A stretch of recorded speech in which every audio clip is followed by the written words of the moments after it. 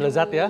Enak banget apalagi kalau ngeliat capcay ya. Tapi Betul. sebenarnya aku tuh penasaran banget nih dok, karena aku suka banget ya apa yang makan capcay terus ada kembang kolnya itu udah paling enak soalnya rasanya itu sama kayak brokoli. Nah, tapi tuh aku penasaran banget karena tuh aku pernah baca nih ya, katanya itu kalau kembang kol ini itu lebih menyerap pestisida nih daripada brokoli. Nah, itu kan dapat membahayakan terus juga katanya itu susah banget kalau pestisidanya tuh dicucinya tuh susah katanya daripada brokoli. Sebenarnya itu bener nggak sih dokter? Iya, tapi memang kembang kol ini memang banyak manfaatnya sih ya. Tadi memang selain dia tadi tak ya banyak mitos di masyarakat, tapi kita perlu tanya nih apakah benar nih kembang kol seperti itu ya. Langsung saja kita undang Dr. Maria, spesialis gizi klinik. Halo dok. Apa kabar? Apa kabar? Wah enak nih ya. Iya, Enak dokter banget. pecinta kembang kol. Ya ini sekarang bahkan trennya dibikin nasi loh. Oh, dibikin nasi. Dibikin nasi. Bukan nasi, dibikin seperti jadi nasi. Oh, bubur. Kayak gitu, Bentuknya kayak nasi, jadi alih-alih Maksudnya buat diet nurunin berat badan. bentuknya kayak nasi gitu Bentuknya dokter. kayak nasi, jadi Dari kayak apanya? dicacah tipis-tipis, ini permukaannya, jadi nanti dia ada bulir-bulirnya jadinya kayak nasi. Itu katanya buat nurunin berat badan nih. Iya. Betul sekali. Dok, tadi ada Dita bertanya dok ya, bahwa katanya kembang kol ini sulit dibersihkan karena dia lebih banyak menyerap pestisida dibandingkan brokoli. Ya. Ini sebetulnya benar nggak dok Benar ya? nggak sih, Karena Dok? masyarakat bilang seperti itu.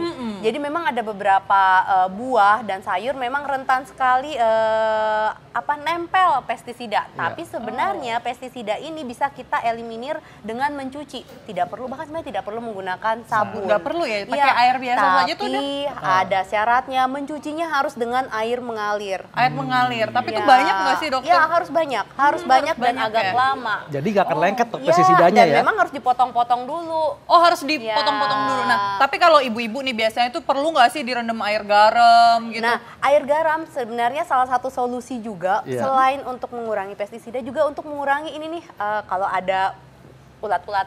Nah, ini kan sama seperti brokoli. Kadang-kadang kita tidak bisa melihat ada apakah di baliknya gitu. Jadi ada Karena baiknya memang rapet dok ya. Ya, betul sekali. Iya. Ada juga untuk pestisida memang direndam dengan campuran air dan cuka apa nih? Asam, cuka biasa. Cuka Ya, biasa. Cuka yang biasa. cuka apel. Cuka apel. Ya, Tapi ini untuk berapa lama mengurangi. dok rendamnya ini? Ada yang mengatakan lebih dari sekitar 20 menit. Oh, lama juga ya. Lama juga ya. Tapi Nggak sebenarnya pilihannya kalau mau sehat ya pilihlah yang memang bebas pestisida. Setuju.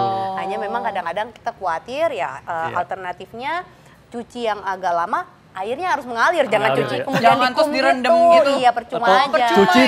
cuci kepret enggak ada. Cuci kepret gitu ya enggak ya. Kemudian pemanasan juga. Jadi sebenarnya ini boleh dimakan mentah. Iya. Oh, Kalau boleh. kita yakin ini tanpa pestisida. Pemanasan juga rupanya bisa mengurangi pestisida.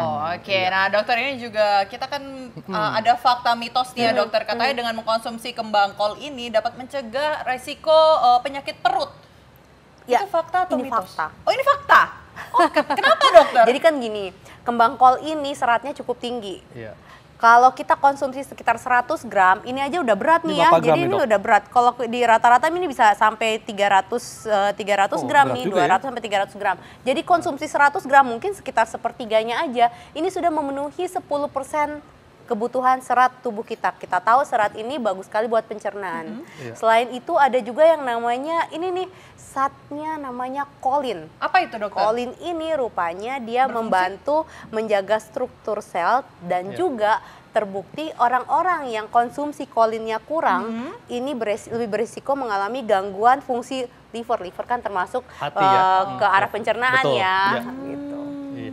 Dok, tadi kan dokter bilang mengandung tinggi serat. Tapi ada juga nih sebagian masyarakat yang agak takut makan kembang kol karena bisa bikin asam urat. Nah, ini fakta atau mitos, Ini Dok? mitos, tenang aja. Jadi dalam kembang kol tidak asam uratnya tidak setinggi ada di daging merah, di jeroan. Jadi tenang aja. Tenang aja ya dokter ya. aman, Berarti Dok, ini ya. mitos ya Aman, ya, dokter ya. betul Nih sekali. juga ada fakta mitos selanjutnya nih dokter. Katanya dengan mengkonsumsi kembang kol ini dapat membantu mengurangi gangguan pernafasan. Itu fakta atau mitos ya dokter? Oh, ini fakta. Ini fakta. Fakta. Oh, Jadi apa dokter bisa? Kandungannya- ada beberapa zat Iya. aktif. Kalau tadi kolin selain tinggi di Kembang kembang kol juga tinggi di brokoli. Nah, ada zat aktif lagi lain namanya sulforaktan. Apa itu dokter Jadi gunanya? sejenis antioksidan. Rupanya si sulforaktan ini mempunyai efek ke Pernafasan, Paru-paru. paru-paru. Oh, itu Bonusnya ngaruh ke- juga ke Bonusnya kemana prostat. nih?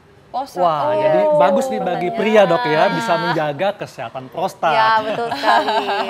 Karena selain itu juga mungkin dia berkolaborasi dengan si kolin tadi. Kolin itu kan menjaga struktur sel kita supaya tetap intak dan sempurna. Dok, ngomongin intak nih dok ya, ini ada juga yang berpendapat bahwa kembang kol ini bisa membantu menguatkan tulang. Nah, ini fakta atau mitos dok? Fakta dong. Fakta, apa Ya, hubungannya kembang kol sama tulang? Biasanya kan kalau misalnya Biasanya- susu sama tulang. Ya, karena Tuh. kalsium tinggi, benar ya. Ini kembang kol loh dokter. Tetapi kan tidak semata-mata tulang itu membutuhkan hanya kalsium dan vitamin D. Ada proses-proses lain yang harus bekerja sama dengan si kalsium dan vitamin D. Termasuk adalah fosfat dan magnesium. Oh, Jadi oke. di dalam kembang kol ini juga mengandung fosfat dan magnesium. Kadang-kadang sepele ya. Itu berfungsi untuk memperkuat tulang juga. Membantu metabolisme supaya penggunaan si kalsium, vitamin D3 untuk tulang ini lebih sempurna lagi. Dok, ini kalau diolah seperti tadi dok ya, ini apakah manfaat kembang kol bisa untuk menyehatkan pembuluh darah jantung? Ini fakta atau mitos? Kalau olahnya kayak tadi pasti jadinya mitos dong. Tetapi sebenarnya dalam konsumsi kembang kol ini bisa menyehatkan fungsi jantung. Oke. Karena tadi banyak nih seratnya kan tinggi, seratnya Jadi tinggi. kalau dia tidak diolah seperti tadi itu fakta ya? Fakta. Bisa? Bisa, fakta. Bisa. Oh, Ya. oke. Jadi Kenapa, gini, Dok? kalau seratnya aja misalnya kita konsumsi seratnya tinggi, otomatis kolesterol akan terbuang bersama feses. Setuju, Dok. Jadi kolesterol yang terjaga, fungsi jantung, pembuluh darah jantung juga sehat. Iya. Lalu antioksidan yang tadi saya sebutkan di dalam kembang kol juga tinggi. Ini juga melindungi fungsi kesehatan jantung. Keseluruhan sebenarnya sih, mencegah kanker. Lalu lagi kolin yang menjaga struktur sel, termasuk pastinya struktur sel otot jantung. Oh, oke. Gitu. Nah, Bahkan kalau saraf nih kalau kolin nih, iya. ngomongin kolinnya.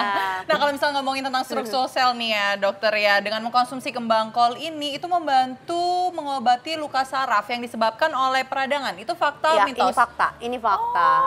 Tetapi bukan berarti kemudian ada masalah di saraf, langsung makannya segerobak ini ya, enggak. Tetapi ini sebenarnya untuk mencegah. Mencegah ya. Lebih ke arah mencegah. Banyak banget tapi ya khasiatnya ya. Kalau untuk luka Ternyata- hati dok?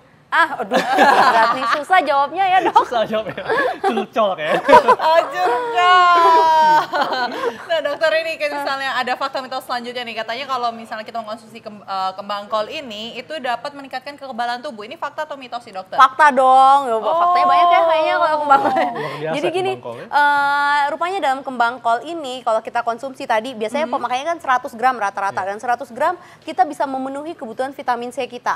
Kebutuhan vitamin C kita kan sebenarnya nggak tinggi-tinggi banget, sekitar 80-90.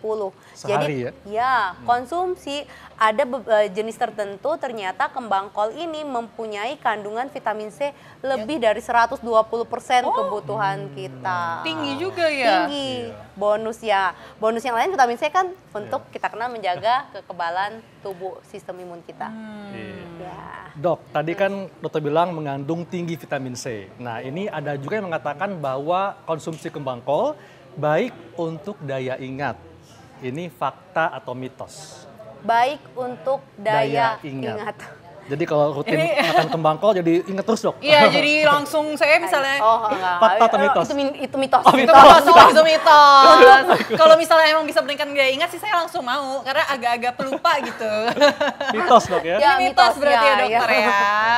Oke. Jadi Jadi- sebenarnya tuh sebaiknya kalau kita mengkonsumsi kembang kol itu seperti apa nih dokter yang aman? Kayak dibuat sayur gini, tapi ini kalau saya lihat juga sayurnya Ya. kan ada minyak Iya. kayak Ya, juga. jadi kita harus perhatikan kita mau dapat manfaat apa nih. Betul. Memang sih tidak tidak apa-apa mengonsumsinya mentah. Oh. Tapi dicuci dulu dok ya? Cuci Tapi dulu. emang enak ya dokter ya kalau dikonsumsi Nah mentah? itu dia, beberapa orang konsumsi kembang kol mentah ini ternyata lebih beresiko mengalami kembung. Ah iya. Itu dia. Ya, Begah ya? kemudian begah, bahkan Begah. ada yang sampai terkentut-kentut gitu ya. Oh. Karena Karena tinggi memang serat ya? Iya, tinggi serat. Jadi sama gini, pencernaan kita lebih sulit mencerna si kembang kol yang mentah daripada yang sedikit sudah melalui proses pemasakan.